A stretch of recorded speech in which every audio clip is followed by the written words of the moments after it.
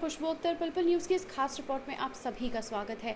ठीक 4 महीने बाद, अब तो करीब 4 महीने भी नहीं बचे हैं, 4 महीने बाद यूपी में इलेक्शन है। उसको लेके तमाम सियासी पार्टियां अब सड़कों पर उतरकर अपनी चुनावी रैलियां कर रही हैं, दावे कर रही हैं। उसी के साथ साथ जब उस असदुद्दीन ओवैसी ज़मीन पर उतर आए हैं और अयोध्या का दौरा करने के लिए लगातार पहुँचे हैं, तो उसको लेकर भी एक अलग ही तरह की सियासत दिखने को मिल रही है। और इसी बीच एक नया जो सियासी समीकरण देखने को मिल रहा है वो ये है कि अब भाजपा भी अल्पसंख्यकों के वोट के लिए सड़कों पर उतर आई है। उसी पर बात करने के लिए मेरे साथ मौजूद है नदीम अकरम। लेकिन उनसे बात करने से पहले एक और बात जो समझने की ज़रूरत है वो ये है कि मायावती की तरफ से एक शगुफा जो दिखाई देने लगा है वो ये है कि वो मुख्तार अंसारी का टिकट काट सकती है। तो नदीम भाई, साफ तौर पर सवाल यही है कि यूपी की सियासत अपने रंग पर है, ओवैसी मैदान में है। अब तो भाजपा को भी मुसलमानों के वोट चाहिए, लेकिन ऐसे में मायावती की पार्टी की तरफ से ये इशारा कि वो मुख्तार अंसारी को टिकट नहीं देगी, इसके क्या मायने निकल के आएंगे? अगर खुशबू बात की जाए मुस्लिम पॉलिटिक्स को लेकर के, क्योंकि कुछ बड़े नाम हैं उत्तर प्रदेश की राजनीति में जिनको नज़रअंदाज किया ही नहीं जा सकता, और जिन्होंने नज़रअंदाज 2017 में किया था उन्होंने अपना अंजाम भी अच्छी तरीके से भुगता है। क्योंकि यहाँ बात अगर की जाए बहन मायावती जी की, क्योंकि उनकी जो पॉलिटिक्स है वो पॉलिटिक्स एक अलग तरीके के निकल करके आ रही है। पहले उन्हें ये लगता था कि मुस्लिम जो हैं वो उनका भरपूर साथ देंगे और मुस्लिमों को साथ ले करके वो फिर से मुख्यमंत्री बन जाएगी, और उनके जो तमाम नेतागण हैं वो अनाउंसमेंट करते हुए अक्सर नज़र आ रहे हैं कि इस बार हमारी सरकार बनेगी। पर सरकार बनेगी या नहीं बनेगी, क्योंकि मायावती की जो पॉलिटिक्स है और उसकी जो मेन सूत्र है वो मुस्लिमों के कंधे पर रख करके निकला जा सकता है। और मुस्लिमों का नज़रअंदाज जो है मायावती ने बीते अगर 5 साल में उत्तर प्रदेश में अगर छोड़ दिया जाए भाजपा ने क्या किया मुसलमानों के लिए वो सबको दिखता है। पर मायावती जी कभी मुस्लिम मुद्दों पर बोलते हुए नहीं दिखाई दी हैं।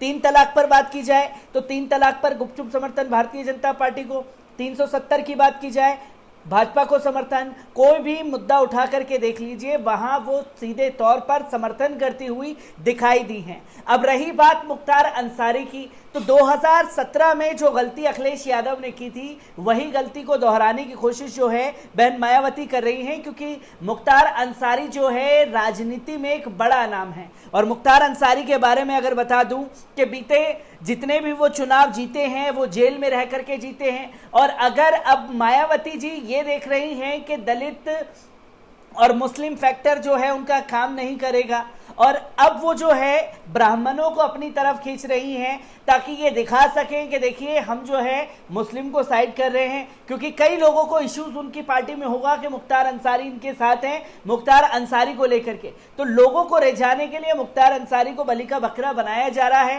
पर इसका नुकसान जो है 2022 के चुनाव में मायावती को उठाना पड़ सकता है। नदीम भाई, इसी के साथ एक सवाल जो लगातार दिमाग में आ रहा है कि मुख्तार अंसारी की जो टिकट है वो यूपी में काटने वाली हैं मायावती, ये आज की बड़ी खबर है। लेकिन इसी के साथ अगर देखें तो उन्हीं के भाई सिब्तुल्ला अंसारी जो हैं वो सपा में जाकर शामिल हो गए, जिसके समीकरण बहुत हैं, लेकिन तस्वीरों के मायने अलग निकल के आते हैं। और वो जो तस्वीरों के मायने हैं कई बार बस ये दिखाने की कोशिश करती है कि वो 19% वोट जो मुसलमानों का है वो चाहिए सबको, लेकिन छीछा लेदर में जो दिखाई देता है वो ये हर बार मुसलमान सिर्फ वो बिरयानी में तेज पत्ते की तरह ही दिखाई देता है। तो आपको क्या लगता है ये तेज पत्ते वाला कॉम्बिनेशन जो 19% मुसलमान है, क्योंकि यूपी में अगर हमेशा ये वर्गीकरण की अगर बात करते हैं तो वो वर्गीकरण हर पार्टी का जो मुसलमान के वोटों पर ही टिका हुआ है, ये बेसिक है वहां पर उत्तर प्रदेश में। लेकिन यहाँ पर बसपा का ये स्टैंड मुख्तार अंसारी को लेकर और सपा को उनके भाई जो उसमें शामिल हुए हैं उनका एक अलग स्टैंड है। किस तरीके से इस समीकरण को देखा जा सकता है, समझा जा सकता है, और क्या इसकी अलग तस्वीरें निकल के आएंगी? सबसे पहले खुशबू बात की जाए कि जैसे कि आपने कहा और तमाम लोगों को मैं देखता हूँ सोशल एक्टिविस्ट जो हैं वो मुसलमानों को तेजपत्ता कहते हुए दिखाई देते हैं कि तेजपत्ते की तरह बिरयानी में इस्तेमाल करा, और जब बिरयानी लोग खा लेते हैं तो तेजपत्ते को फेंक देते हैं। ये भारतीय मुसलमानों की हकीकत दिखाने की कोशिश की जाती है। पर बीते कुछ सालों से देखा जाए ना, ये फैक्टर बदल रहा है। ये फैक्टर इसलिए बदल रहा है और उसका मेन जो सूत्रधार है कि बैरिस्टर असदुद्दीन ओवैसी चुनाव हर राज्य में जाकर के लड़ रहे हैं, और हर राज्य में चुनाव लड़ने के साथ साथ अगर हम ये चीज़ देखें तो वो अपनी आइडेंटिटी के लिए लड़ रहे हैं। तमाम राजनीतिक पार्टियां रस्साकसी करते रहे पर वो फिर भी चुनाव लड़ रहे हैं, इस चीज़ को देखना पड़ेगा। और उनके चुनाव लड़ने से एक फैक्टर जो निकल करके सामने आया है कि जो मुसलमानों को नज़रअंदाज कर रहे थे वो अब अपने साथ लेने के लिए तैयार हैं। बात की जाए अखिलेश यादव की, सिकतुल्ला अंसारी ने सपा का दामन थाम लिया है। सिकतुल्ला अंसारी ने क्यों दामन थामा है, इसके पीछे के 5 साल अगर हम पीछे जाते हैं तो 2017 की तस्वीरें मुझे याद आती हैं कि जब अखिलेश यादव जो हैं मुख्यमंत्री थे योगी जी से पहले, तब तमाम राजनीतिक पार्टियां जो हैं संपर्क करना चाहती थी कि हम जो है साथ में मिलकर के चुनाव लड़ेंगे। उसमें से कुछ नाम अगर मैं लूं तो मुख्तार अंसारी समाजवादी पार्टी में शामिल होना चाहते थे, अतीक अहमद समाजवादी पार्टी में शामिल होना चाहते थे, और शिवपाल यादव के सहारे वो लोग बात कर रहे थे। अखिलेश ने एक ये कहिए कि अपनी जो वर्चस्व है जो कि उन्हें जागीर में मिला हुआ है उसे संभालने के लिए उन्हें लगा मैं हूं और मैं जो है पूरी नैया पार लगा लूंगा, जिसमें उन्हें नुकसान उठाना पड़ा कि जब उन्हें नज़रअंदाज किया गया मुख्तार अंसारी को, तो मुख्तार अंसारी ने बहुजन समाज पार्टी का दामन थामा, और जब दामन थामा तो उनके साथ सिर्फ मुख्तार अंसारी ही नहीं, अफजाल अंसारी भी दिखे, उनके साथ जो है सिकतुल्ला अंसारी भी गए, उनके बेटे अब्बास अंसारी भी गए, पूरा अंसारी परिवार जो है बहुजन समाज पार्टी में जाकर के शामिल हो गया। और अब तस्वीर बदली है, इसको लेकर के लगातार जो है बैरिस्टर असदुद्दीन ओवैसी कयास लगा रहे थे कि कहीं ना कहीं हमारे साथ आए और सारी चीजें वो लें। अगर ओवैसी के पास ये लोग चले जाते, उससे पहले समाजवादी पार्टी ने अपना पासा फेंका कि आप हमारे साथ आइए, और इसके शामिल होने के बाद भी एक तस्वीर जो थी जिसमें अखिलेश यादव ने साफ तौर पर सिकतुल्ला अंसारी और तमाम लोगों के साथ में अपनी फोटो डाली और उस पर ट्विटर पर लिखा गया कि आज तमाम मुस्लिम समुदाय के लोग जो हैं पार्टियों में शामिल हुए और हमने उन्हें पार्टी में ज्वाइन कराया। सिकतुल्ला अंसारी नज़रअंदाज नहीं किए जा सकते और छोटी मोटी हस्ती नहीं है सिकतुल्ला अंसारी, आप नाम ले सकते थे जिसकी वजह से अखिलेश यादव को फिर से इस चीज़ के लिए ट्रोल किया गया।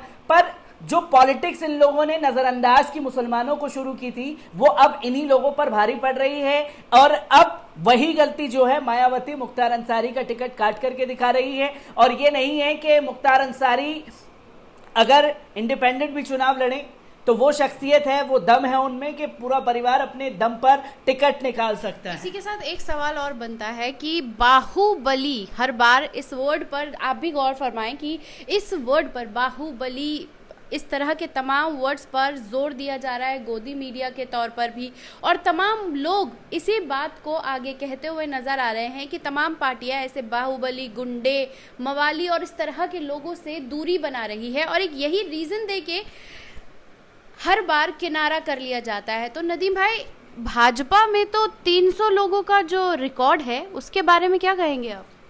भाजपा के 300 रिकॉर्ड को छोड़ दीजिए, इस मसले पर मैं कई बार मुख्तार अंसारी के भाई अफजाल अंसारी जो कि गाजीपुर से सांसद हैं उनसे भी इस चीज़ को लेकर के जिक्र किया है। और अगर इस इश्यूज़ को बात की जाए तो हम लोग लगातार जो हैं आवाज़ उठाते रहे हैं कि किसी भी मुस्लिम नाम के साथ बाहुबली लगा दिया जाता है, और अगर कोई बड़ा फेम नहीं है, कोई नॉर्मल इंसान को पकड़ करके डाल दिया है तो या तो ये धर्मांतरण कर रहा था या तो ये आतंकवादी है। 2-3 प्रिस्क्रिप्शन जो है सेट कर रखे हैं। पर इसमें हमने देखा कि जिन लोगों को बाहुबली बता करके मीडिया प्रचार प्रसार कर रहा है उनको तो करोड़ों पैसे इसीलिए दिए जा रहे हैं कि एक की छवि धूमिल करेंगे तब जाकर के दूसरे को बेनिफिट पहुंचेगा। पर अगर मैं बात करूं कुलदीप सेंगर क्या है, क्या मीडिया जो है उनके ऊपर तो आरोप भी तय हो गए हैं, 10 साल की सजा भी भुगत रहे हैं, क्या मीडिया उन्हें रेपिस्ट कुलदीप सेंगर कह करके बुलाएगा? क्योंकि अभी जितने भी मुकदमे अगर बात करूं मुख्तार अंसारी के ऊपर जितने भी मुकदमे हैं उसकी सुनवाई चल रही है, पर मीडिया ने अपना पहले ही फैसला सुना दिया है और अभी कई केसेस ऐसे आए हैं जिसमें मुख्तार अंसारी जो हैं बरी हुए हैं, पर उस चीज का कहीं भी जिक्र दिखाई नहीं देता। और अगर भारतीय जनता पार्टी में अगर बात की जाए 300 सांसद हैं, 300 में से 169 सांसदों पर जो है गंभीर धाराएं मौजूद हैं, क्या वो भी बाहुबली हैं? क्या उन लोगों के लिए भी बाहुबली जैसे शब्दों का इस्तेमाल किया जाएगा? अगर फहरिस्त उठा करके देखें और रिकॉर्ड उठा करके देखें, जो चुनाव आयोग हर बार कहता है कि किसके ऊपर कितने क्रिमिनल केसेस हैं, तो भारतीय जनता पार्टी के तमाम बाहुबलियों की पोल खुल जाएगी इस रिपोर्ट में, जो बाहुबली नाम का इस्तेमाल करते हैं। तो खुद भी शर्म आए शायद इन्हें। शर्म तो खैर नदीम भाई आने से रही, लेकिन अब आते हैं उस आखिरी सवाल पर जिसके बारे में बात करना इतना ज़रूरी है, क्योंकि मीडिया को मसाला मिल गया है उस मसले को लेकर। तो आप समझ गए होंगे कि मैं अतीक अहमद की फैमिली AMIM में ज्वाइन हुई है, किस तरह से देखा जा रहा है सियासी समीकरण थोड़ा तो डगमगाया है। क्या इस बार मुख्य भूमिका में असदुद्दीन ओवैसी रहेंगे, या जो लोग तेजपत्ता की तरह मुसलमानों को बार बार यूज़ करते रहते हैं, इस बार ज़्यादा फोकस करना पड़ जाएगा ताकि इनका वोट छिटक कर दूसरी पार्टियों में जाए या ना जाए? इसके लिए आपको क्या लगता है कि ये जो स्टैंड है कितना पावरफुल साबित होगा? इसका असर तो पड़ेगा खुशबू, क्योंकि अगर मैं बात करूं अतीक अहमद की, तो अतीक अहमद जो है मीडिया ने और तमाम लोगों ने जैसे ही उनकी पत्नी शाइस्ता ने AIMIM में ज्वाइन किया, और AIMIM ज्वाइन करने से पहले अतीक अहमद ने एक लेटर जो है वो भेजा और मीडिया के सामने रखा गया, तो तमाम जितने भी मीडिया घराने हैं सब ने बाहुबली डॉन अतीक अहमद के सहारे जो है अब ओवैसी नैया पार लगाएंगे, इन शब्दों का इस्तेमाल किया गया। हालांकि उस प्रेस कॉन्फ्रेंस में गोदी मीडिया की कितनी जलालत हुई है, खुद बैरिस्टर असदुद्दीन ओवैसी ने जब सवाल काउंटर किया तो वो कहीं बोलते हुए दिखाई नहीं दिए। खैर, उनको पैसे ही इसीलिए दिए जाते हैं ताकि वो बदनाम कर सके। और बात की जाए अब अतीक अहमद की, तो मैं फिर से ही ये कहना चाहूँगा, चाहे आप मुख्तार अंसारी का नाम उठाइए, चाहे आप अतीक अहमद का नाम उठाइए, ये 2017 की कहानी है जिसे समाजवादी पार्टी ने नज़रअंदाज किया, और अब अतीक अहमद जो हैं AIMIM में शामिल हुए हैं, पर अतीक अहमद जो हैं पूर्व सांसद भी हैं, जो कि मीडिया नहीं बताना चाह रहा है, क्योंकि बड़ा चेहरा है अतीक अहमद, क्योंकि अतीक अहमद के कई वीडियोस जो हैं सोशल मीडिया पर मौजूद हैं, वो भी यही कहते रहे हैं कि आरोप अभी तय नहीं हुए हैं, आपने तो हमारा नाम देख करके हमें बाहुबली बना दिया है। पर बाहुबली उन लोगों के बारे में बताइए जो आप लोग बताना नहीं चाहते। और अतीक अहमद की खासियत ये है कि वो भी जेल में रह कर के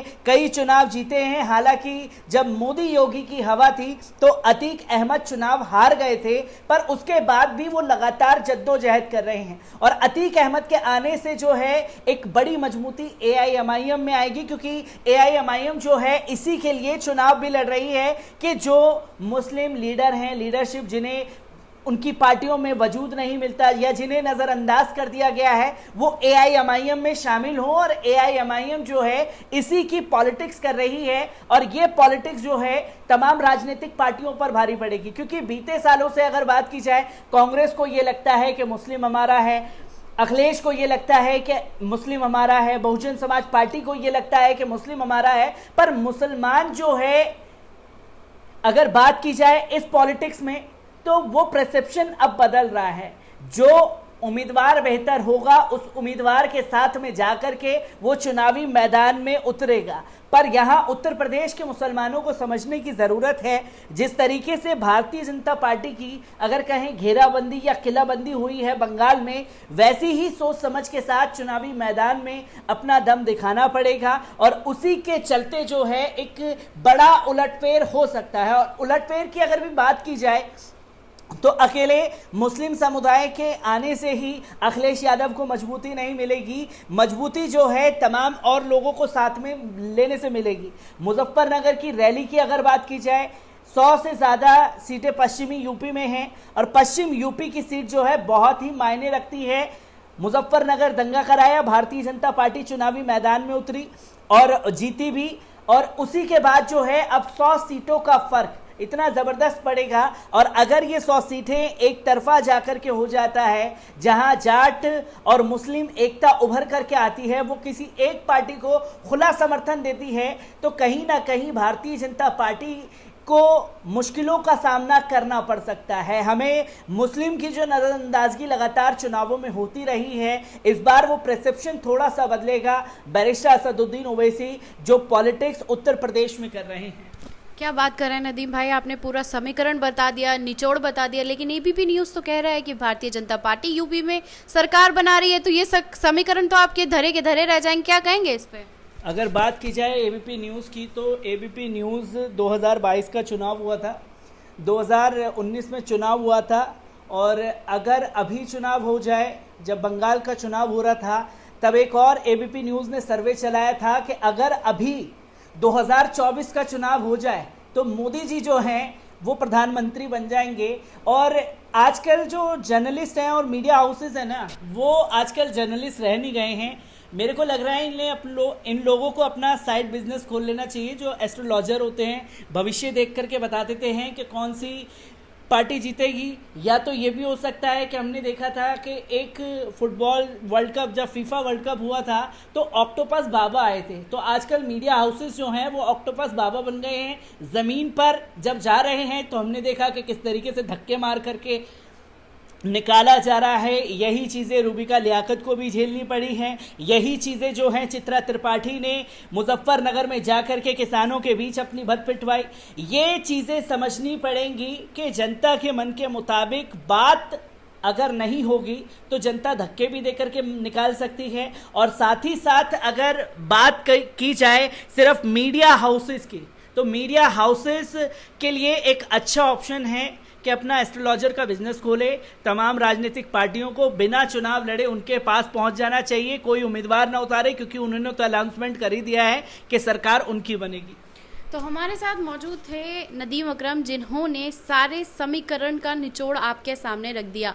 उस निचोड़ की असलियत क्या है ये वक्त के साथ आपको समझ में आएगी, लेकिन उसी के साथ साथ अगर एबीपी 200 सीटों से ज़्यादा भारतीय जनता पार्टी को बिना चुनाव लड़े पहले ही जिता रहा है, तो आगे आने वाला वक्त मीडिया क्या ही दिखाएगा। लेकिन बात अब यहाँ आती है यूपी के मुसलमानों की, जिनका प्रतिशत 19 है।